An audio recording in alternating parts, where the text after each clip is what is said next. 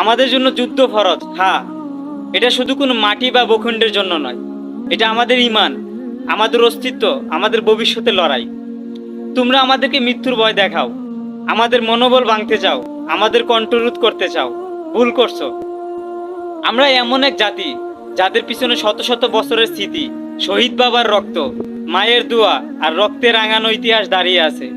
আমরা যখন দাঁড়াই, পিছনে শুধু জীবন নয়, থাকে এক গর্বিত অতীত, আর সামনে থাকে এক চিরঞ্জীব বিশ্বাস যে মৃত্যু মানে শেষ নয়, মৃত্যু মানে জান্নাতের পথ। তাই বলছি, আমাদের থামানো যাবে না, ভয় দেখে দমিয়ে রাখা যাবে না।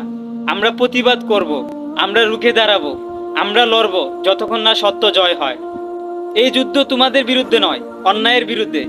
এই প্রতিবাদ শুধু শব্দে নয়, ইমানের আগুনে পুরে পুরে সত্য হয়ে উঠবে।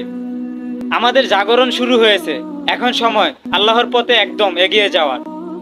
আমরা প্রস্তুত। বিজয়ের সুসংবাদ তো 1400 বছর আগেই দিয়ে গেছেন আমাদের নবী হযরত মুহাম্মদ সাল্লাল্লাহু আলাইহি ওয়াসাল্লাম।